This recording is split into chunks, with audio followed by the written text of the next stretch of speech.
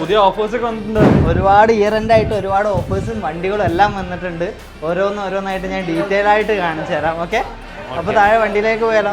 MG hectare plus ആണ് 2021 model petrol automatic second owner 35,000 ഓടിയിട്ടുള്ള വണ്ടി. റേറ്റ് വരുന്നത് 15,70,000 രൂപ. അടുത്ത Volkswagen Tiguan ആണ് 2021 model 22 registration petrol automatic top line ആണ് വണ്ടി വരുന്നത് 13,20,000. അതേപോലെ തന്നെ 2022 മോഡൽ 23 രജിസ്ട്രേഷനിൽ വരുന്ന ടോപ്പ് ലൈൻ പെട്രോൾ ഓട്ടോമാറ്റിക് തന്നെയാണ് വീണ്ടും വണ്ടി വരുന്നത്.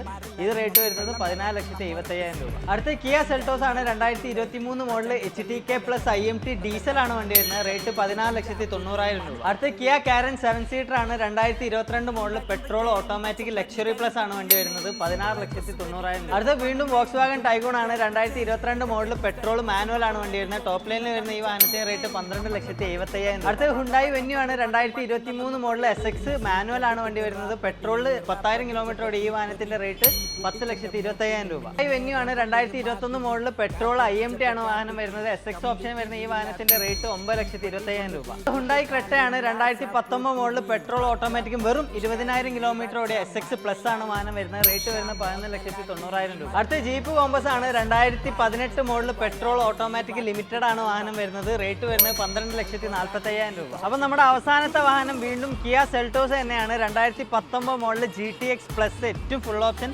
പെട്രോൾ മാനുവൽ ആണ് വണ്ടി വരുന്നത്. 45,000 കിലോമീറ്റർ ഓടിയിട്ടുള്ള സെക്കൻഡ് ഓണർഷിപ്പ് വാഹനമാണ്. ഈ വാഹനത്തിന്റെ റേറ്റ് വരുന്നത് 11,90,000 രൂപ.